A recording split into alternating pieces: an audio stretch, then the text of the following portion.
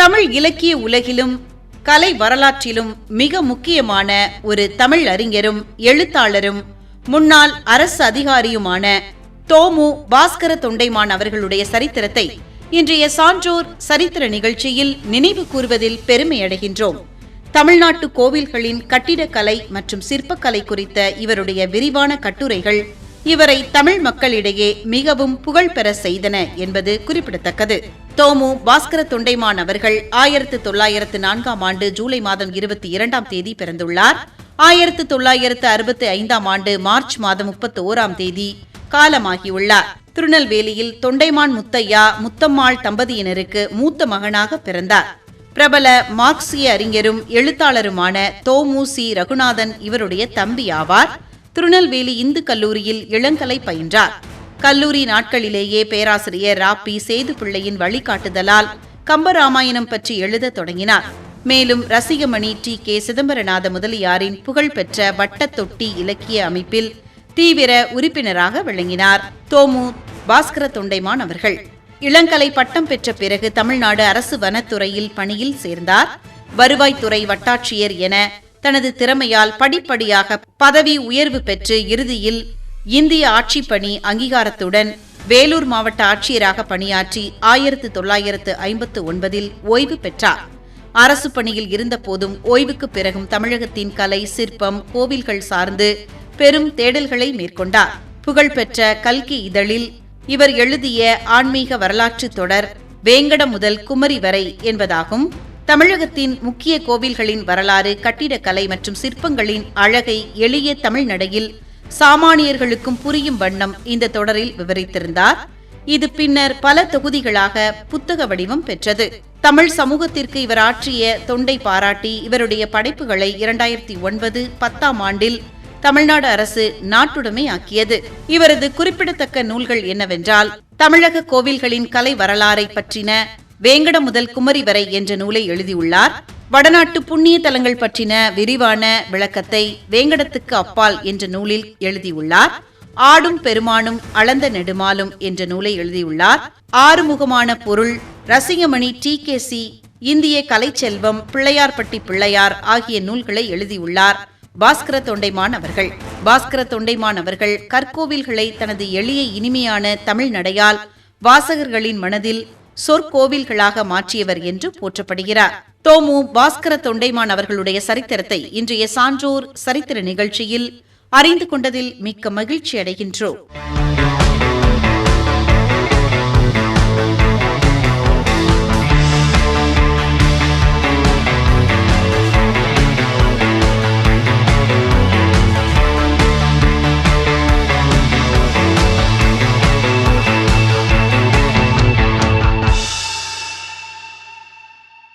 இருபதாம் நூற்றாண்டின் நடுப்பகுதியில் தமிழ் நாடக உலகை மறு வடிவமைப்பு செய்த ஒரு மிக சிறந்த நாடக ஆசிரியர், திரைப்பட வசனகர்த்தா, திரைப்பாடலாசிரியர் மற்றும் தியாகியான எஸ்.டி. சுந்தரம் அவர்களுடைய சரித்திரத்தை இன்றைய சான்றோர் சரித்திர நிகழ்ச்சியில் நினைவு கூறுவதில் பெருமை அடைகின்றோம்.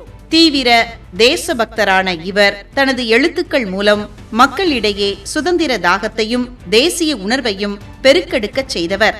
1921ஆம் ஆண்டு ஜூலை மாதம் 22ஆம் தேதி பிறந்துள்ளார். 1979ஆம் ஆண்டு மார்ச் மாதம் 10ஆம் தேதி காலமாகியுள்ளார். சேலம் மாவட்டம் ஆத்தூரில் துரைசாமி ஐயா, பூங்கோதை அம்மாள் இணையருக்கு மகனாக பிறந்தார். சிறு வயதிலேயே ஔவையாரின் ஆத்திச்சூடி, கொன்றைவேந்தன், வள்ளலாரின் திருவருட்பா போன்றவற்றை ஒருமுறை கேட்ட மாத்திரத்திலேயே மனப்பாடம் செய்து ஒப்புவிக்கும் அபார நினைவாற்றல் கொண்டிருந்தார் எஸ்.டி. சுந்தரம் அவர்கள். தனது 12வது வயதில் நவாப் ராஜமாணிக்கம் பிள்ளையின் புகழ்பெற்ற நாடக குழுவான மதுரை தேவிபால வினோத சங்கீத சபாவில் இணைந்து நடிக்கத் தொடங்கினார்.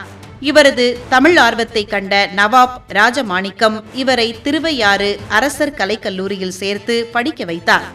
அங்கு படித்து தமிழ் வித்வான் பட்டப்படிப்பில் முதல் வகுப்பில் தேர்ச்சி பெற்றார். 1942ஆம் ஆண்டு மகாத்மா காந்தி அறிவித்த வெள்ளையனே வெளியேறு இயக்கத்தில் தீவிரமாக பங்கேற்றார்.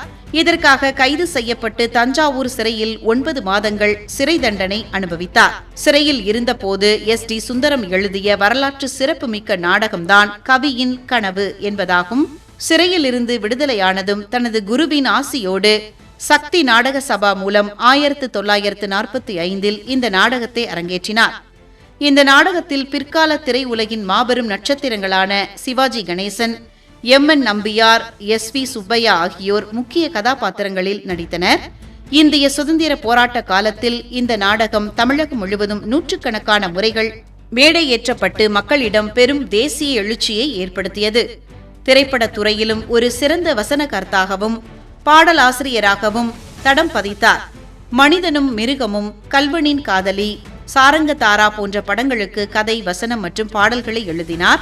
கப்பலோட்டிய தமிழன் வ.உ. சிதம்பரனாரின் வாழ்க்கை வரலாற்று திரைப்படமான கப்பலோட்டிய தமிழன் படத்திற்கும் ஒன்றே குலம் திரைப்படத்திற்கும் வசனங்களை எழுத உதவினார். சிங்கநாதம் கேட்குது, சீனநாகம் ஓடுது என்ற புகழ்பெற்ற ஆவணப்படத்தை தயாரித்து இயக்கினார் எஸ்.டி. சுந்தரம் அவர்கள். 1964 முதல் 1968 வரை தமிழக சட்டமேலவையின் உறுப்பினராக சிறப்புற பணியாற்றினார். 1968 முதல் 1976 வரை தமிழ்நாடு இயல் இசை நாடக மன்றத்தின் செயலாளராக பொறுப்பு வகித்து கலை உலகிற்கு சேவை செய்தார் எஸ்.டி. சுந்தரம் அவர்கள். தமிழ் இலக்கியத்திற்கும் நாடகத்துறைக்கும் இவர் ஆற்றிய அளப்பரிய தொண்டை போற்றி இவருடைய படைப்புகளை தமிழ்நாடு அரசு நாட்டுடைமை ஆக்கியுள்ளது. இவரது முக்கிய நூல்கள் என்னவென்றால் கவியின் கனவு, வீர சுதந்திரம், இந்தியா எங்கே, சிரிப்பதிகாரம், வானமுதம் இவரின் முக்கிய நூல்களாகும். 20ஆம் நூற்றாண்டின் நடுப்பகுதியில் தமிழ் நாடக உலகை மறுவடிவமைப்பு செய்த ஒரு மிக சிறந்த நாடக ஆசிரியர், திரைப்பட வசனகர்த்தா, திரைப்பாடலாசிரியர் மற்றும் தியாகியான எஸ்.டி. சுந்தரம் அவர்களுடைய சரித்திரத்தை இன்றைய சான்றோர் சரித்திர நிகழ்ச்சியில் அறிந்து கொண்டதில் மிக்க மகிழ்ச்சி அடைகின்றோம்.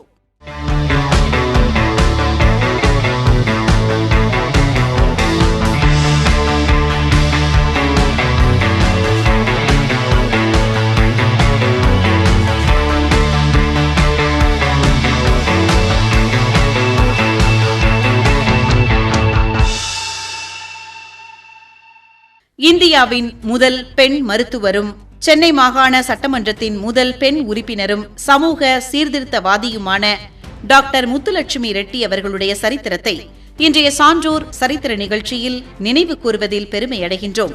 பெண்களின் கல்வி, சம உரிமை மற்றும் சுகாதார மேம்பாட்டிற்காக தன் வாழ்நாள் முழுவதும் போராடிய ஒரு வரலாற்று ஆளுமை டாக்டர் முத்துலட்சுமி ரெட்டி அவர்கள். 1886ஆம் ஆண்டு ஜூலை மாதம் 30ஆம் தேதி அன்று பிறந்துள்ளார். 1968ஆம் ஆண்டு ஜூலை மாதம் 22ஆம் தேதி அன்று காலமாகியுள்ளார். புதுக்கோட்டை சமஸ்தானத்தில் நாராயணசாமி, சந்திரம்மாள் தம்பதியினருக்கு மகளாக பிறந்தார். பெண்கள் கல்வி கற்பதே அரிதாக இருந்த காலத்தில் புதுக்கோட்டை மகாராஜா ஆண்கள் பள்ளியில் சேர்ந்த முதல் பெண் மாணவி இவரே ஆவார். 1912ஆம் ஆண்டு சென்னை மருத்துவக் கல்லூரியில் படித்து இந்தியாவின் முதல் பெண் அறுவை சிகிச்சை மருத்துவர் என்ற பெருமையை பெற்றார் டாக்டர் முத்துலட்சுமி ரெட்டி அவர்கள். பழம்பெரும் புகழ்பெற்ற தமிழ் திரைப்பட நடிகர் ஜெமினி கணேசன் இவருக்கு மருமகன் ஆவார். இந்திய பெண்கள் சங்கத்தின் முதல் தலைவராக பொறுப்பேற்று பெண்களின் உரிமைக்காக போராடினார் டாக்டர் முத்துலட்சுமி ரெட்டி அவர்கள். 1926ஆம் ஆண்டு சென்னை மாகாண சட்டமன்றத்திற்கு தேர்ந்தெடுக்கப்பட்ட இந்தியாவின் முதல் பெண் சட்டமன்ற உறுப்பினர் மற்றும் உலகின் முதல் பெண் துணை சபாநாயகர் என்ற பெருமையை பெற்றார். இவர் சட்டமன்ற உறுப்பினராக இருந்தபோது கொண்டு வந்த மிக முக்கிய சட்டம் தேவதாசி ஒழிப்புச் சட்டம் ஆகும். இந்த சட்டத்தின் மூலம் பல 100 ஆண்டுகள் நிலவி வந்த தேவதாசி முறை ஒழிக்கப்பட்டது. குழந்தை திருமண தடுப்புச் சட்டம், பெண்களுக்கு சொத்துரிமை வழங்கும் சட்டம் மற்றும் இருதார தடை சட்டம் போன்றவை நிறைவேற மிக முக்கிய காரணமாக விளங்கினார். அரசியல் மற்றும் மருத்துவ பணியோடு நின்று விடாமல் ஆதரவற்ற பெண்களுக்காகவும் நோயாளிகளுக்காகவும் இரு பெரும் அமைப்புகளை உருவாக்கினார். தேவதாசி முறையிலிருந்து மீட்கப்பட்ட பெண்களுக்கும் ஆதரவற்ற சிறுமிகளுக்கும் புகலிடமும் கல்வியும் வழங்க 1930இல் சென்னையில் அவ்வை இல்லம் என்ற ஒன்றை தொடங்கினார். தனது தங்கை புற்றுநோயால் இறந்ததால் வேதனையுற்று அவர் 1954இல் இந்தியாவின் முதல் பிரத்யேக புற்றுநோய் மருத்துவமனையை சென்னையில் நிறுவினார்.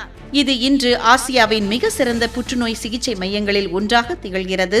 தனது அரசியல் மற்றும் சமூக அனுபவங்களை ஆவணப்படுத்தும் வகையில் புத்தகங்களை எழுதியுள்ளார் டாக்டர் முத்துலட்சுமி ரெட்டி அவர்கள். ஒரு சட்டமன்ற உறுப்பினராக எனது அனுபவங்கள், டாக்டர் முத்துலட்சுமி ரெட்டி சுயசரிதை ஆகிய நூல்களை எழுதியுள்ளார். சமூகத்திற்கு இவர் ஆற்றிய தன்னலமற்ற சேவையை பாராட்டி 1956ஆம் ஆண்டு இந்திய அரசு இவருக்கு பத்மபூஷன் விருது வழங்கி கௌரவித்தது. தமிழக அரசு இவரது பிறந்த நாளான ஜூலை 30ஆம் தேதியை மருத்துவமனை தினமாக அறிவித்து கொண்டாடி வருகிறது.